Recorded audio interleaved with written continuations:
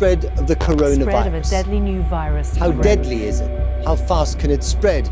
And how prepared are we? As experts fear, it could become It can a lead pandemic. to organ failure, pneumonia and death. There's no treatment, so prevention is a top priority.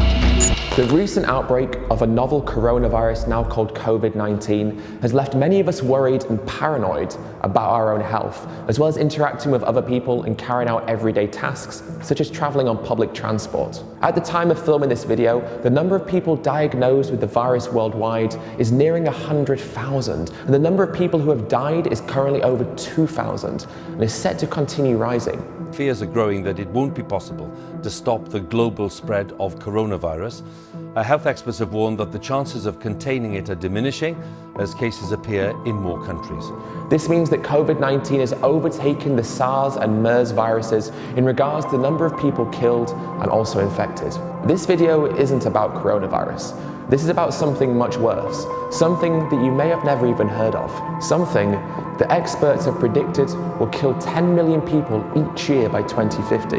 To put that into perspective, the World Health Organization has stated that cancer killed an estimated 9.6 million people in 2018. The risk is so urgent that a recent United Nations report claimed that common diseases are becoming untreatable, and the World Health Organization has described it as one of the biggest threats to global health. The risk is antibiotic resistance, a problem that occurs when bacteria adapt, gradually causing antibiotics to become less and less effective until we are left with diseases that we are unable to treat. If we can't get this under control, by 2050, not long, the worldwide total will be 10 million deaths a year. Currently, around 700,000 people around the world die due to antibiotic-resistant diseases every single year, with over 200,000 of those deaths coming from a drug-resistant tuberculosis. Yet even though the number of people being killed right now by antibiotic resistance dwarfs the number of people at risk from COVID-19, many of us have never heard about this problem. The problem is becoming so severe that issues like urinary tract infections and STDs are becoming resistant to treatment. There is even a super-resistant strain of gonorrhea, which has developed resistance to nearly all of the antibiotics used for its treatments. A world without usable antibiotics is a world where the diseases and infections that we currently regard as being trivial could become deadly. Illnesses like pneumonia could kill tens of millions of people, as could sepsis. Organ transplants would be extremely dangerous, and cancer-fighting chemotherapy will be severely affected as antibiotics are needed to fight off infection as chemotherapy destroys our white blood cells. Even procedures like hip and knee replacements and dental work could become dangerous and even life-threatening. The so-called miracle of modern medicine would cease to exist, and our healthcare systems would regress to the state they were in the early 20th century. So why is this happening? Well, firstly, because doctors and medical professionals are handing out too many antibiotics, leading to calls for them only to be given out when they absolutely have to be. An even bigger and more widespread problem is related to the food that we eat.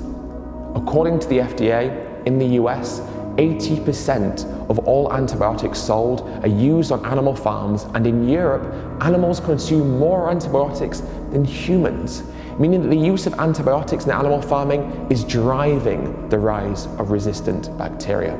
Our consumption of animal products is creating one of the biggest threats to human health on our planet right now, due to the fact that we raise animals in such a horrific way that they require antibiotics to keep them alive just long enough so that we can then cut their throats or kill them in a gas chamber and then eat them. On much of the planet, most meat animals get antibiotics every day of their lives, not to cure illnesses, but to fatten them up and to protect them against the factory farm conditions they are raised in. It is such an absurd system that it is not only responsible for killing trillions of animals every year, but is leading the way in creating a global health crisis that within the next few decades could be killing more humans than cancer every year. It is also worth mentioning that the new coronavirus COVID-19 is reported as starting in an animal market where wild animals and live animals are traded as well, meaning that again, in the same way as outbreaks have been caused in the past, our exploitation of non-human animals has created the new coronavirus outbreak.